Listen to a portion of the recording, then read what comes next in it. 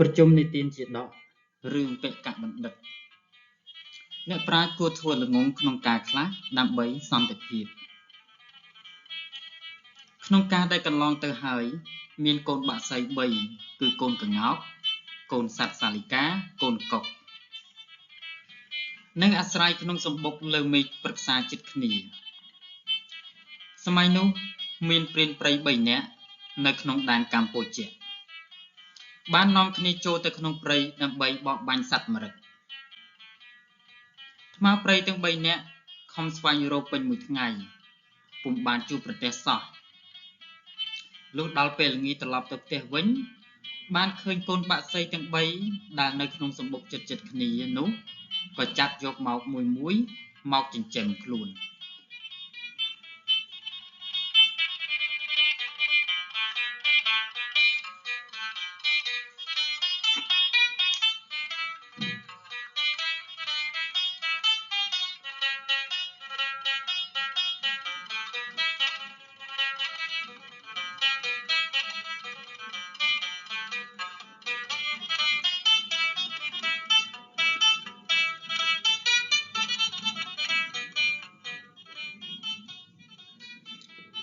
ឯថ្មព្រៃទាំង3រូបនេះមានសេចក្តីស្រឡាញ់ចំពោះកូនបាក់សីទាំង3នាក់ដូចជាកូនបង្កើតបានគិតគ្នាថាយើងខំចិញ្ចឹមរក្សាបង្រៀនឲ្យមានបែបបទល្អហើយយកទៅថ្វាយស្ដេចជាគ្រឿងបណ្ណាការថ្មព្រៃម្នាក់ដែលចិញ្ចឹមកូនក្ងោកខំបង្ហាត់ឲ្យចេះរាំចេះក្រាបសំពះរីឯក្ងោកជាសត្វមានគំនិតខ្លីក៏ចេះតែខំធ្វើដរាបដល់ចេះរាំចេះក្រាបសំពះដោយបំណងរបស់ម្ចាស់ថ្មព្រៃម្នាក់ទៀតដែលចិញ្ចឹមកូនសត្វសាលិកាក៏ខំបង្ហាត់បង្ហាញឲ្យចេះនិយាយភាសាមនុស្សសាលិកាជាសត្វមានគំនិតខ្លីខំនិយាយតាមដរាបដល់ចេះនិយាយជាមួយនឹងមនុស្សបាន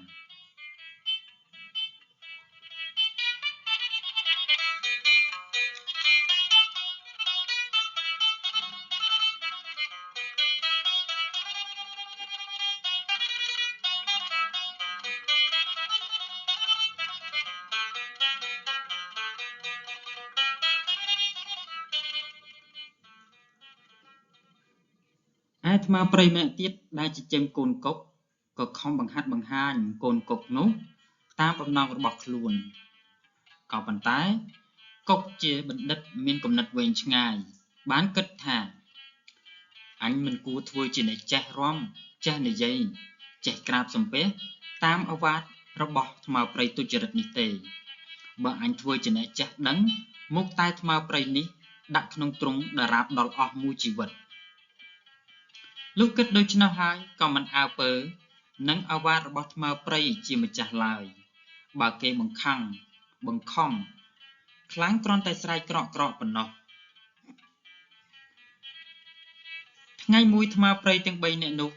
បានយកកូនបាក់សីទាំង3ទៅថ្វាយស្ដេចព្រះរាជាទ្រង់ទតឃើញបាក់សីទាំងនោះហើយទ្រង់មានព្រះតម្រាសថាមនាលព្រានព្រៃកូនក្ងោកនេះមានគុណវិសេសដូចម្ដេចខ្លះទៅ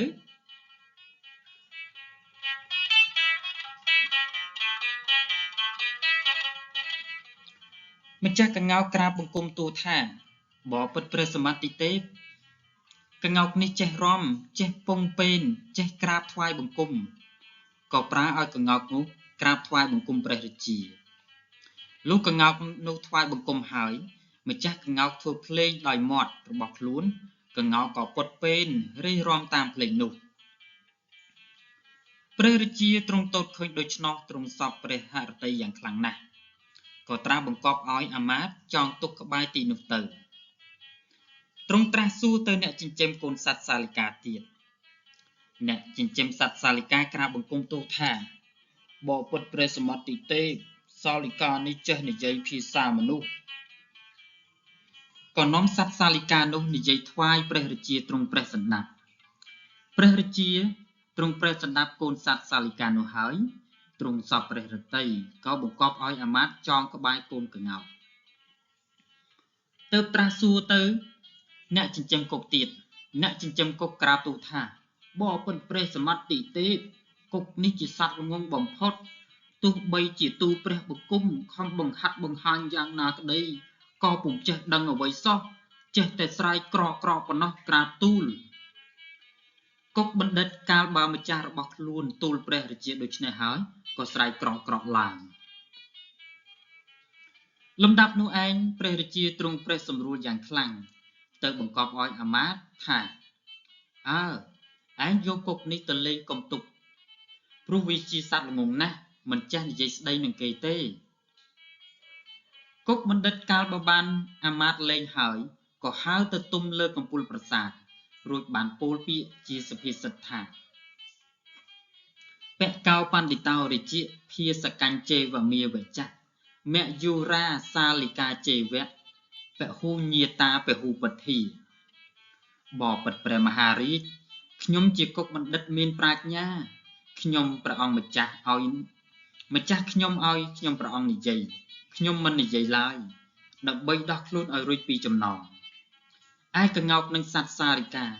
ជាអ្នកចេះដឹងច្រើនក៏ជាប់ចំណងច្រើន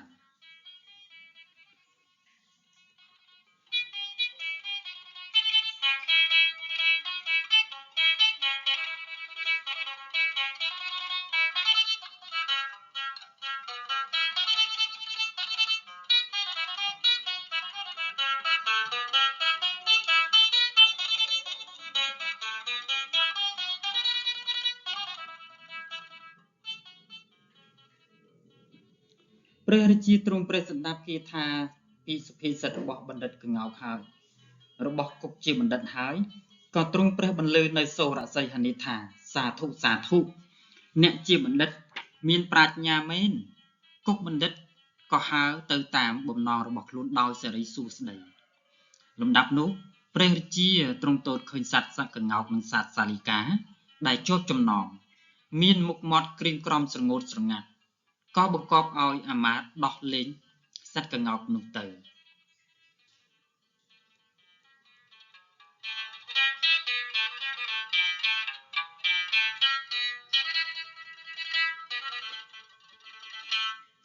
បាទចឹងសូមអរគុណសម្រាប់ការចំណាយពេលវេលាស្ដាប់រឿងខ្លីគឺរឿងពកបណ្ឌិតបាទចឹងសូមគោរពជម្រាបលាសូមអរគុណបាទ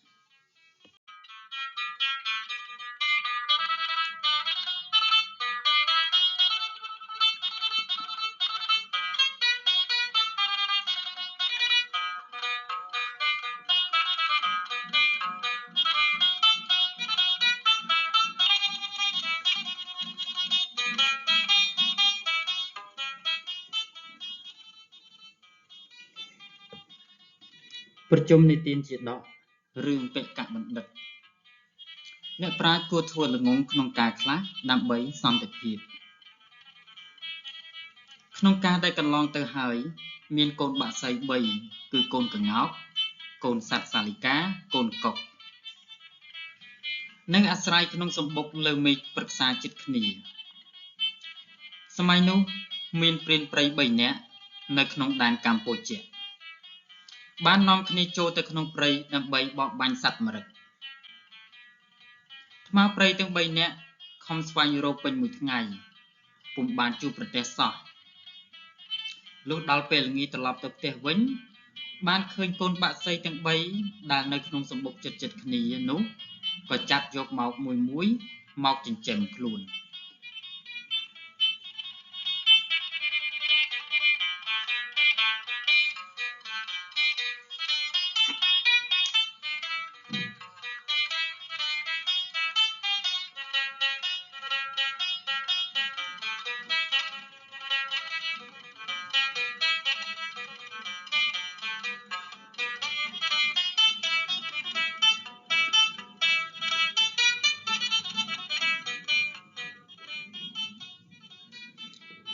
ឯថ្មព្រៃទាំង3រូបនេះ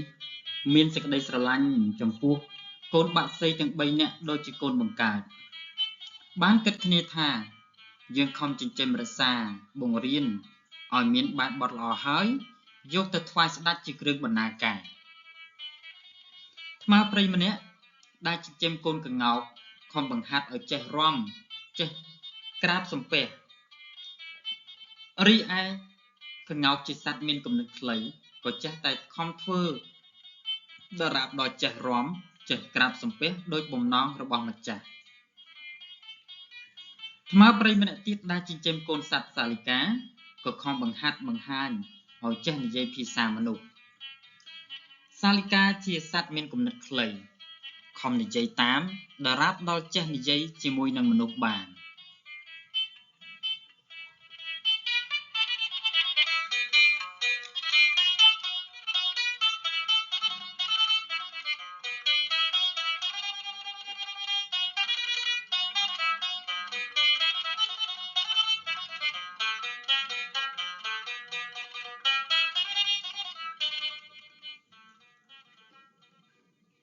ឯថ្មព្រៃម្នាក់ទៀតដែលចិញ្ចឹមកូនកុក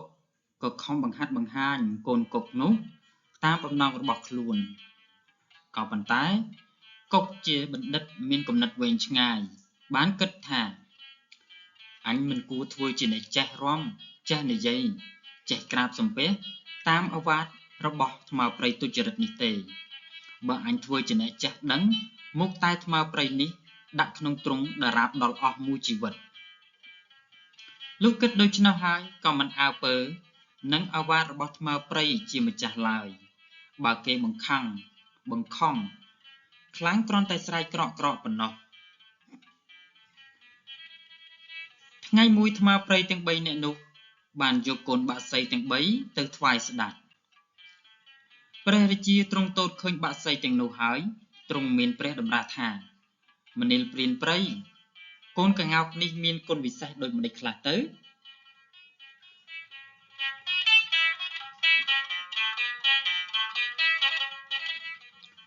ម្ចាស់ក្ងោកក្រាបបង្គំទូលថាបបិទ្ធព្រះសម្បត្តិទេពក្ងោកនេះចេះរាំចេះពងពេនចេះក្រាបថ្វាយបង្គំក៏ប្រើឲ្យក្ងោកនោះក្រាបថ្វាយបង្គំព្រះរាជាលុះក្ងោកនោះថ្វាយបង្គំហើយម្ចាស់ក្ងោកធ្វើភ្លេងដោយមាត់របស់ខ្លួនក្ងោកក៏ពត់ពេនរិះរាំតាមភ្លេងនោះ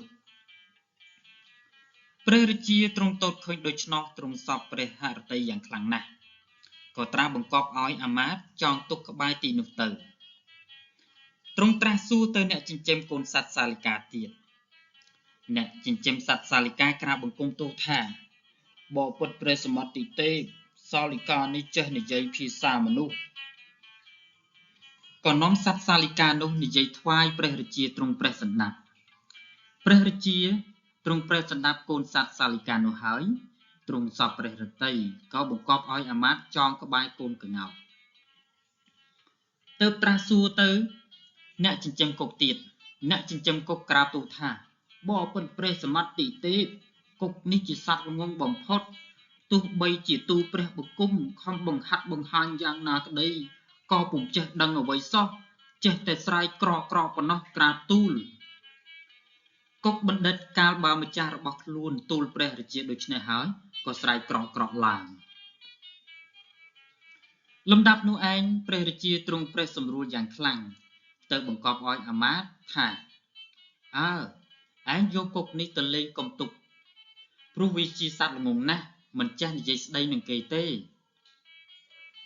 គុកបណ្ឌិតកាលបើបានអាមាត្យលេងហើយក៏ហើរទៅទុំលើកំពូលប្រាសាទ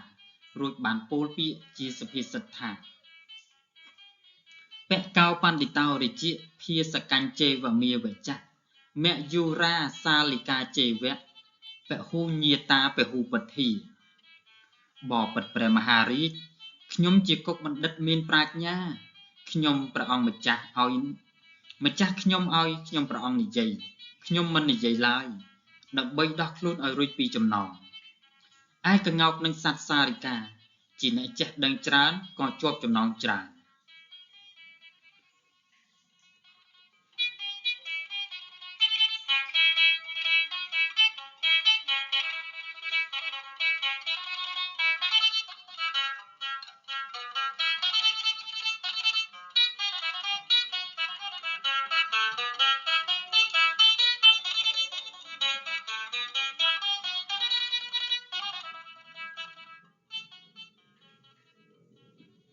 ព្រះរាជាទ្រង់ព្រះសណ្ដាប់គាថា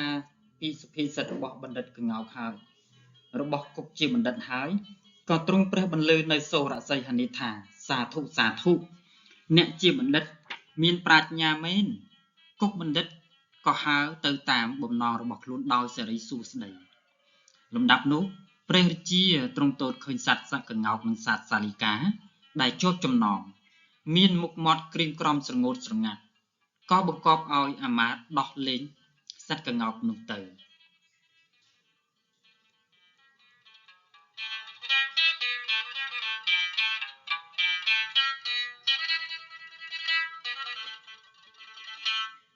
បាទចឹងសូមអរគុណសម្រាប់ការចំណាយពេលវេលាស្ដាប់រឿងខ្លីគឺរឿងពាក់កបណ្ឌិតបាទចឹងសូមគោរពជម្រាបលាសូមអរគុណបាទ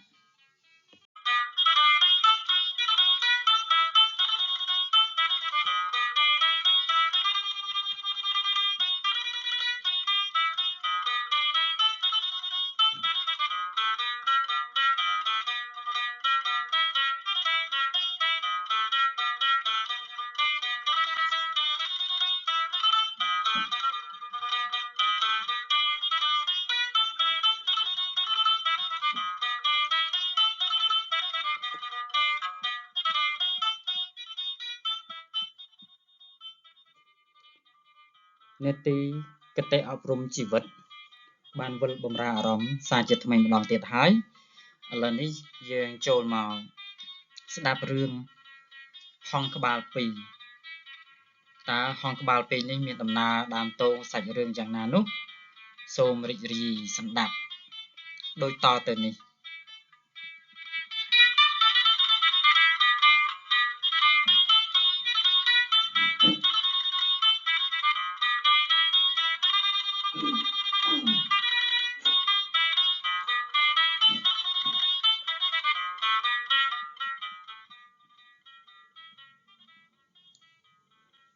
រឿងសត្វហង្សក្បាល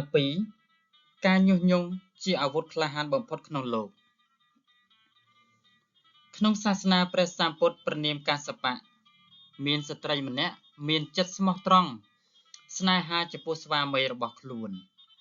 តែងគោរពប្រតិបត្តិចំពោះស្វាមីដូចជាស្រីទេពអប្សរគោរពបម្រើព្រះឥន្ទ្រាធិរាជពុំដែលឲ្យឆ្កំឆ្គងកិច្ចណាមួយឡើយ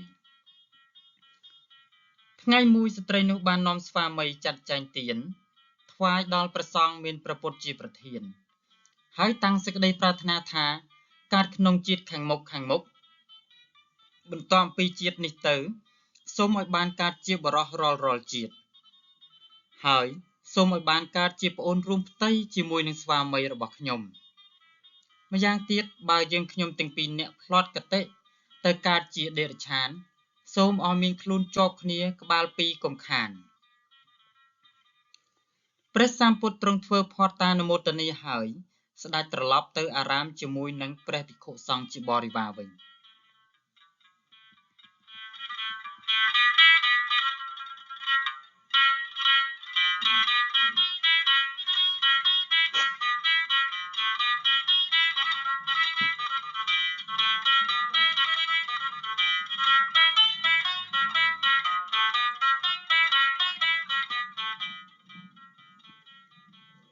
ឯជនទាំងពីរនាក់ស្វាមីភរិយាលុះខ្សែជីវិតបានទៅកើតជាកុមារក្នុងត្រកូលមហាសេដ្ឋីមួយជាតិព្រាហ្មណ៍មហាសាលមួយជាតិខត្តយៈមហាសាលមួយជាតិកើតរួមផ្ទៃជាមួយគ្នាជាកូនភ្លោះនាងភរិយាកើតជាប្អូនប្រុសស្វាមីជាបងប្រុសកុមារទាំងពីរមានសេចក្តីរាប់អានស្រឡាញ់គ្នាជាទីបំផុតបន្ទាប់ពីជាតិនោះមកផ្្លាត់គតិទៅកើតជាសត្វហង្សមាសមានខ្លួនព្រៃជាប់គ្នាមានក្បាលពីរស្លាប4ជើង4នៅអាស្រ័យក្នុងព្រៃហេមពៀនក្បែរស្រះបោខរណីមួយតែងតែរកចំណីអាហារជាមួយគ្នាពុំដាល់ទាស់ទែងខ្វែងគំនិតគ្នាឡើយ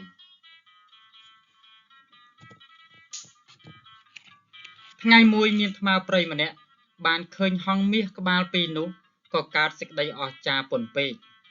ទើបត្រឡប់ទៅក្រាបទូលចំពោះព្រះបាទពារាណសីគ្រានោះព្រះពោធិសត្វទ្រង់សោយប្រជាតិ ជាព្រះបាទបរិណសីព្រះអង្គព្រះសម្ដាប់ពាក្យនោះហើយក៏ប្រាឲ្យថ្មព្រៃនោះទៅចាប់សត្វហង្សក្បាលពីរនោះមកថ្វាយ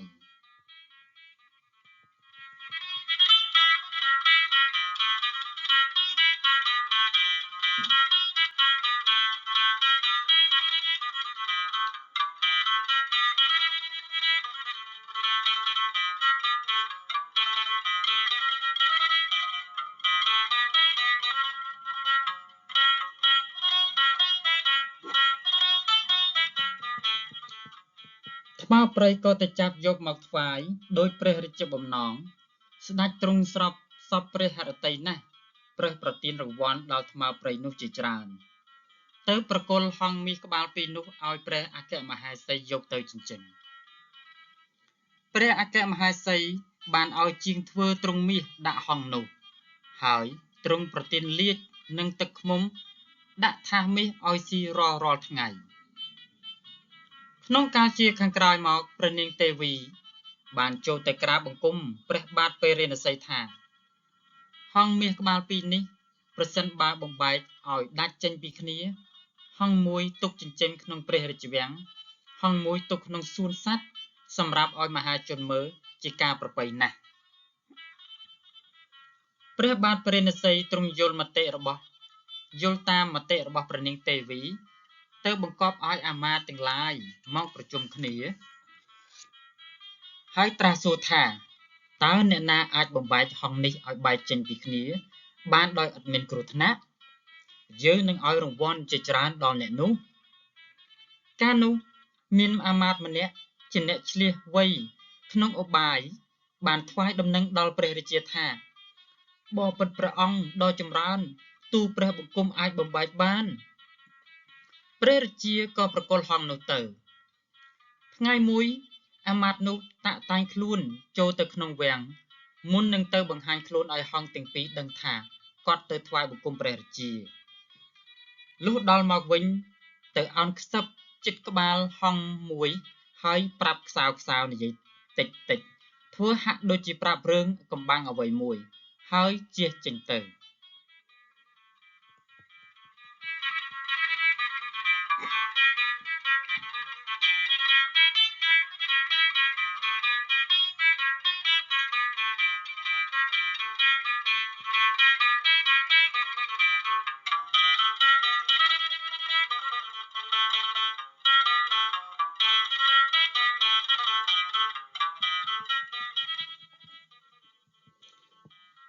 ឯហង្សម្ខាងទៀតឃើញដូច្នោះមានសេចក្តីសង្ស័យណាស់ទើបសួរទៅហង្សជាសម្លាញ់ថាអំបញ្ញមិញនេះអាមាត្យខ្សឹបប្រាប់រឿងអាចកំបាំងអ្វីដល់អ្នកចូលប្រាប់គ្នាផងហង្សម្ខាងប្រាប់ថា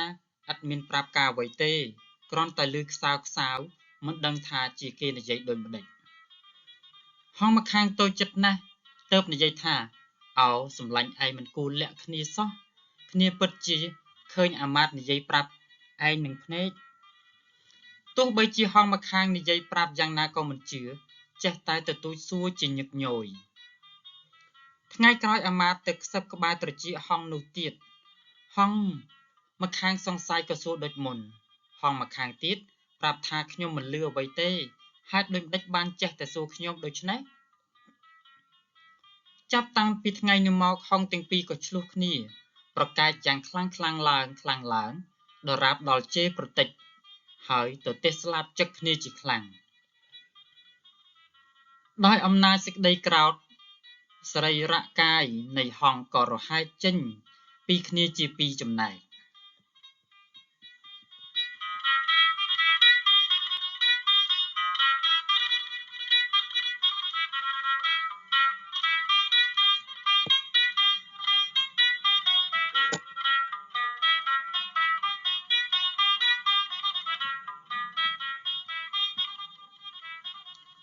អាមាត្យឃើញដូច្នោះហើយក៏នាំយកហង្សទាំងពីរទៅថ្វាយព្រះបាទពេរិណសីព្រះអង្គបានទតឃើញមានសេចក្តីសោមនស្សពន់ពេកទើបព្រះរាជទានស្រុកសួយមួយឲ្យជារង្វាន់ហើយទ្រង់ត្រាស់សួរថាអ្នកធ្វើដូចម្ដេចបានជាហង្សបែកចេញពីគ្នាសូម្បីតែយកដាក់ជិតគ្នាក៏មិនបាន អាមាត្យក្រាបទូលតាមការដែលខ្លួនបានធ្វើព្រះរាជាទ្រង់ព្រះសណ្ដាប់ពាក្យនោះហើយក៏មានព្រះរតីសង្វេគតក់ស្លុតជាពន់ពេកទើបមានព្រះរាជអង្គការថាអោណោអាវុធគឺពាក្យញុះញង់ក្លាហានណាស់តើអាចបំបែកនៅរូបធម៌និងអរូបធម៌ឲ្យចេញពីគ្នាបានក្នុងលោកនេះឥតមានអាវុធណាដែលភ្លឺថ្លាស្មើនឹងពាក្យញុះញង់នេះឡើយរឿងប្រជុំនៃទានជាដកថ្មព្រៃក្នុងកាលនោះគឺឆន្ទមាត្រហង្សមាសទាំងពីរគឺកេរមេននថៃនិងកាលយាទីថៃ